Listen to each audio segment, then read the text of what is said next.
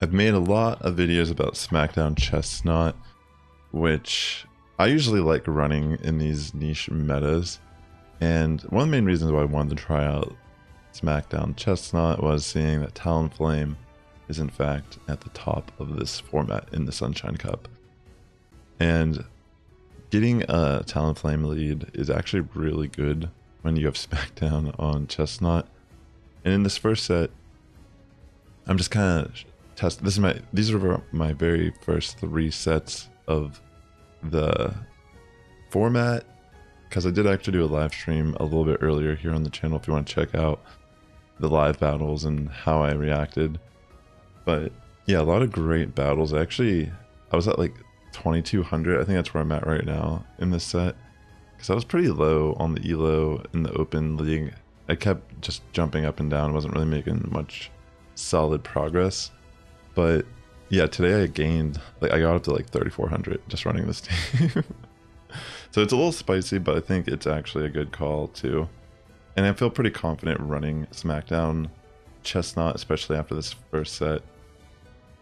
But yeah, as you can see, I have some pretty good matchups, and having the brutal swing to finish up this Abomasnow is really nice.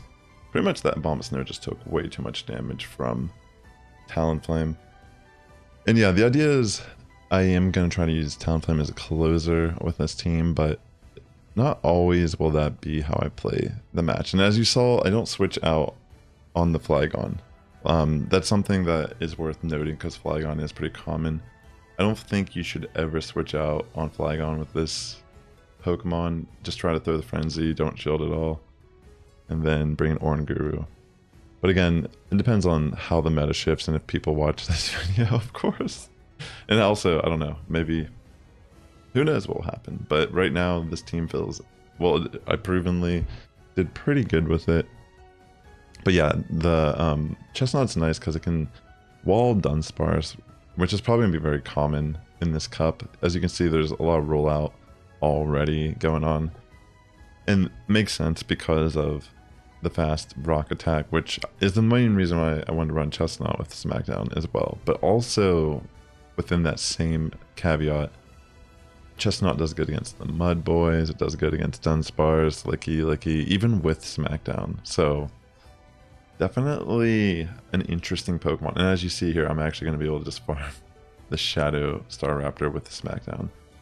So it's really, and keep in mind, most people that I probably faced, they had no clue that I was running Smackdown. And that's part of the reason why I like running it, because one, it makes the player have to kind of think and gauge, like, are they running Vine Whip or Smackdown? And then from there, they've already kind of committed to the situation. And this is this is good for me, because they brought in Marowak in on Oranguru, and I can just pretty much, like, I'm not really afraid of the moves, unless it has Fire Blast, but yeah, it's really good for me. They have Diggersby here in the back, which I didn't really feel like I had to shield, knowing that I could probably just bring in Talonflame as well. And they do end up committing 1 shield for the Trailblaze, which is fine. I think I decided to just let Oranguru go here, because I can just, like I said, I'm going to bring in Talonflame. And yeah, well, actually I just bring in Chesnaught, because I remember I had energy and I was going to throw it. But I also had a feeling they'd switch out if they saw Chesnaught, so as you saw, I made a good call. And also, they kind of wasted the Resurrey. I think they waited a little bit to throw the move to see if I would switch, and then I did switch. So they end up throwing the Weather Ball into Talonflame, which isn't really going to help this Diggersby out at all. And I think they just left the game because there's that lag that occurs when someone just force quits the match. So I just decided, you know, I might as well just farm it, because that's going to go faster than trying to throw a charge move. And yeah, pretty good start. And I think this is where I make one mistake. So I'm a little rusty with Chesnaught in general, running Smackdown, and I make a mistake here and actually throw a move, which in turn allows that Incinerate. See how the Incinerate slips through? That's the only reason why I can't farm down here. I would have been able to farm down if I didn't throw a move. I was, you know, first match with Talonflame lead, first set of a new format in a new meta to a degree. But yeah, I definitely messed that up because every match I played after that with Talonflame lead, easily farm down, just save all energy on Chesnaught, and yeah, good to go. That's the whole benefit of running Chesnaught, is that it has actually really unique coverage and defensive qualities. But yeah, I'm pretty sure that alone is the only reason why I've lost this battle, because Swampert, while kind of like the one mud boy that is scary for my team, I took to an account that there would be Swampert in this cup when I built this team as well. Like, I'm not like that weak to Swampert. It's just if I have no shields to help pivot or, you know, bring Talonflame in on the Swampert, that's going to be a little difficult for me. So yeah, 4-1 set. I do feel like that being my first set, I just need to play a little sharper against the Talonflame lead. I mean, this is something I already knew, but again, it's just been so long, and I psyched myself out being on stream. I mean, you can just watch it if you want, but yeah, definitely you could tell I was like very rusty with running the SmackDown Chesnaught. But it is, I have so many videos I've done in like past seasons with SmackDown Chesnaught in like different formats, like the Holiday Cup and such. And I think even like Remix Cup, I usually like running SmackDown on Chesnaught. And as you can tell, this is going to be a pretty good situation for me. I could commit the shield just because I can get to the Brutal Swing, which is going to maybe threaten it for a shield against Talon here. And they do end up doing that. And I'm totally fine with just letting it go, but they end up bringing in Jump Bluff. And I'm going to throw one Brutal Swing into Jump Bluff and then just switch in my Talon, because Jump Bluff, unless it has Acrobatics, I'm not particularly afraid of any moves it's going to throw at me. I can tank a couple of these aerial aces, as you can tell, and by having a shield plus energy, there's really not much they're going to be able to do here in the end. I can just nuke with a Brave Bird here, and yeah, I mean, honestly, I probably could have even just not shielded and brought in Chesnaught and been able to farm down, but it's really not worth risking it whenever I have so much energy there. But yeah, pretty good start to this set. So yeah, I'm only showing the first 3 sets from my stream, but I did end up getting pretty close back to my veteran elo range.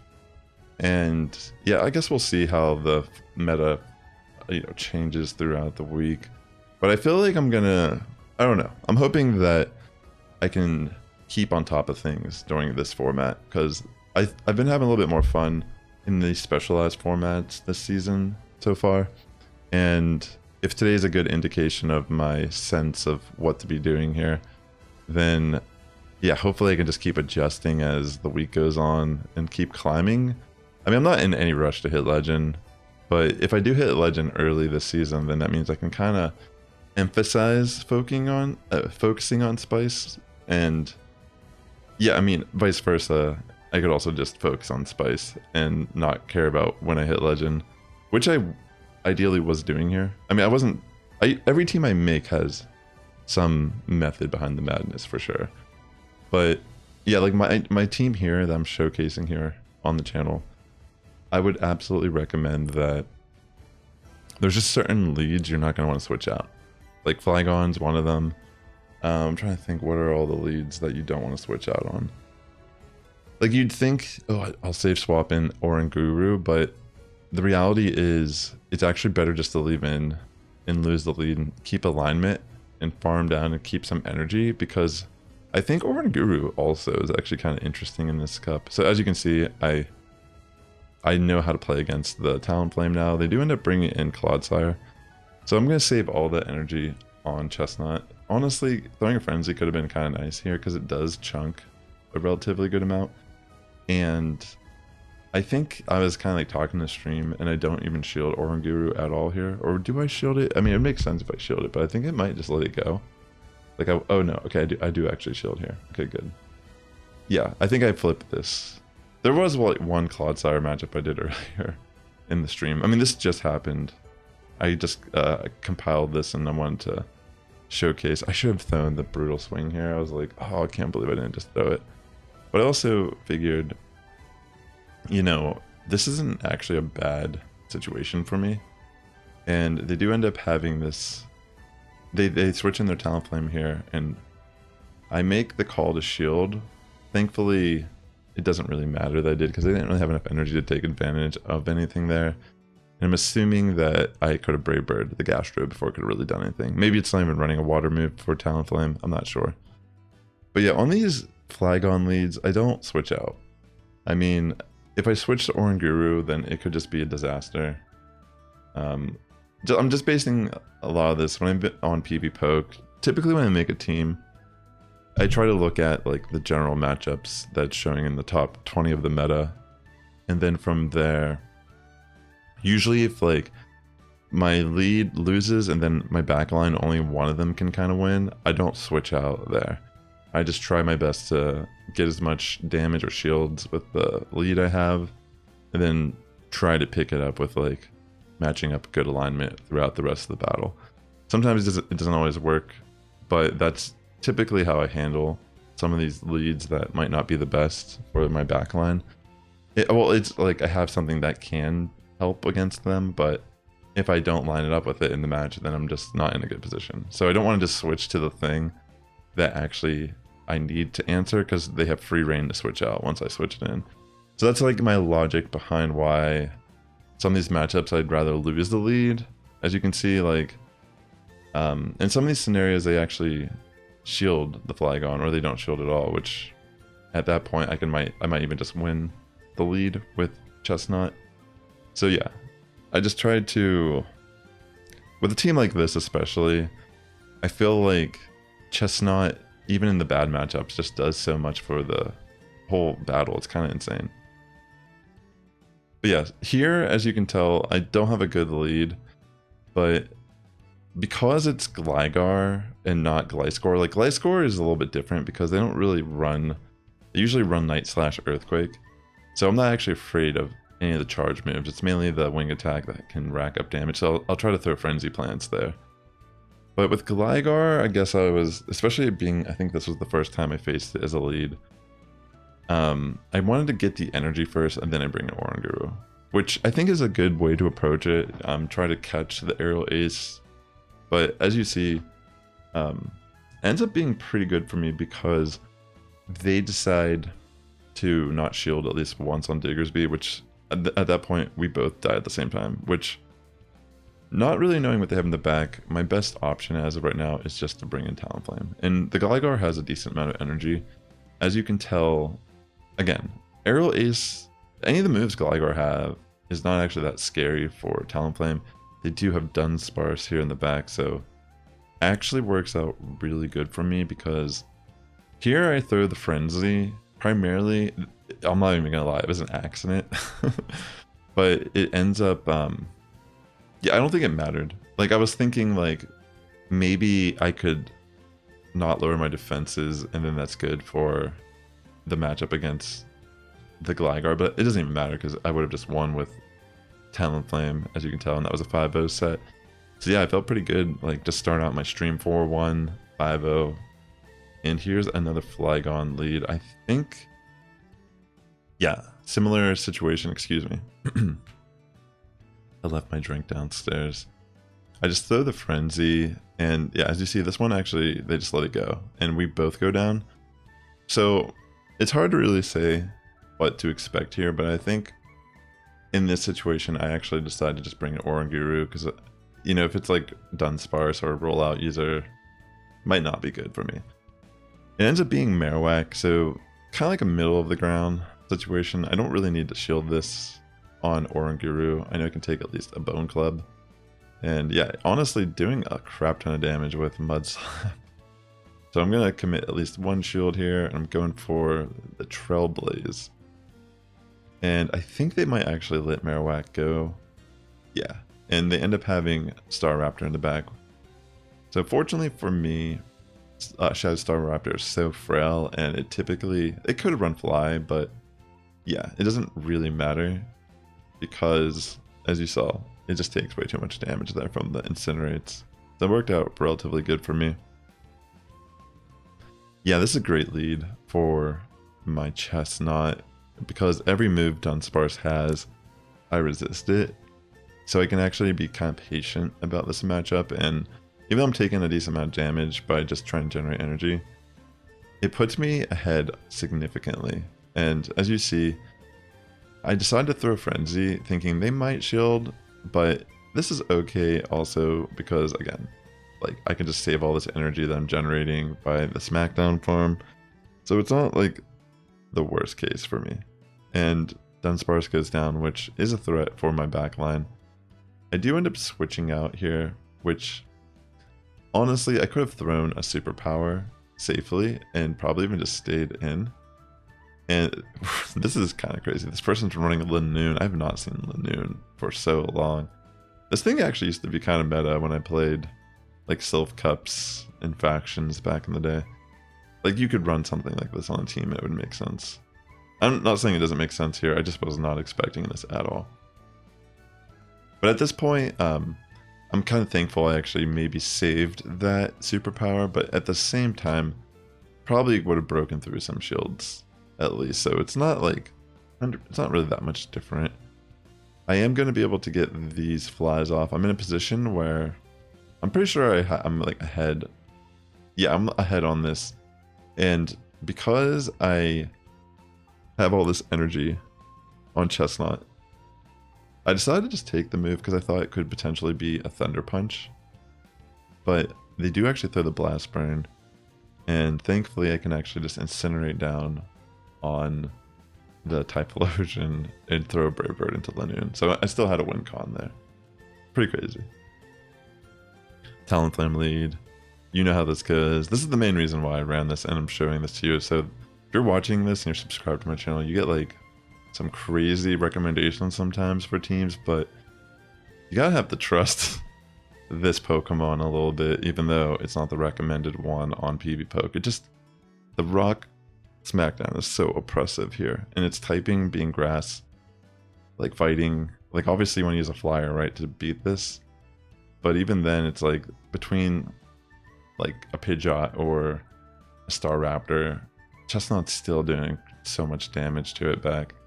So yeah, I decided to throw the move into Licky Licky, and now I'm bringing in Oranguru to kind of tank some moves and be a safe swap. They end up throwing Shadow Ball, which isn't really the right play. Since I am a normal Psychic type, I would just spam Body Slams at that point. But yeah, this is looking pretty good for me because I can get a Brutal Swing into Flygon before I go down. And fortunately, I actually just farmed down and they decided to quit because they realize there's nothing they're going to be able to do there, even without seeing my backline. So superior lead. In this situation, I can actually switch in Oranguru. It's not like the best switch in, but I feel like it's a little better than staying with Chesnaught, because if we let Superior get too much energy, it's going to be really problematic for the team, and I feel like it's better just kind of like get as much chip damage there, maybe even just sack Oranguru over Chesnaught situation, because I feel like Chesnaught might offer a little bit more value in the late game than Oranguru. Oranguru, excuse me, is like a good pivot. And they made a good decision to undertap that, and honestly, I probably should have not even thrown any damage. I should have just let them farm me, even if they got like double drill run or whatever, within that farm down range, just purely because it puts me in a situation where I'm ahead energy on Superior, which is really all I wanted. But thankfully, here in the back line, they have Typhlosion, and being ahead of energy and shield advantage with Talonflame definitely puts me in the win con, because I can shield the Thunder Punches, and yeah, it's pretty much game. So yeah, just playing it out, you can imagine they decided to just let it go. Well, I mean, there's no shields left, what am I talking about? But yeah, pretty great situation. So this is the, if I'm not mistaken, this is actually the last battle of the video. And if you enjoyed this video, please hit the like button. It does help my content out tremendously on YouTube. But yeah, I didn't need to shield these Night Slashes. I think I got a little nervous because I was kind of distracted, I'll admit. I shield here, I did not need to shield this. Really bad decision on my end to shield there. And then immediately I throw Superpower, but it's actually into Talonflame. So kind of a bad start, wasting shield and also getting a move caught. That's actually going to be a game-changing catch, to be honest, in that situation. Also, if I was just paying attention to the damage, I I literally did not watch that first Night Slash hit me when I was streaming. I would have known, oh yeah, I can safely take the next Night Slash. Because, like, again, Chesnaught is a great matchup for Obstagoon. Just move-wise, it resists the dark moves. But yeah, that alone kind of puts me in such a bad position in this fight. Because I could have saved all that energy on Chesnaught and had my shield. And then on top of it, like, pretty much my team already was and in the advantage to, you know, flip the match with like what I was, you know, winning the lead, blah, blah, blah. But yeah, pretty much because of that, I'm just not able to pull off the win, unfortunately. You know what? I wonder if I would have just thrown the fly earlier here. I don't think I could have got to the move. I think the Dunsparce. Yeah. I don't know. Now that I look at that, I may have actually... I think when I was playing it, I didn't know how much health the Dunsparce had. Like, rewatching it, I actually think maybe if I would have just not taken that Night Slash, I could have probably actually won. Oh my gosh. I didn't even... I feel like maybe. Anyways, I don't want to dwell on it. It doesn't matter. It's still a 4-1 set. Good set. I gained like over 200 elo today on stream. So that was awesome. And with that being said, ladies and gentlemen, the Sass Squad's getting stronger each and every day. Good morning, evening, afternoon, wherever you're tuning in. I'll catch you in the next one. And if you'd like to watch more Go Battle League content from me, consider watching this video right here or this video right here.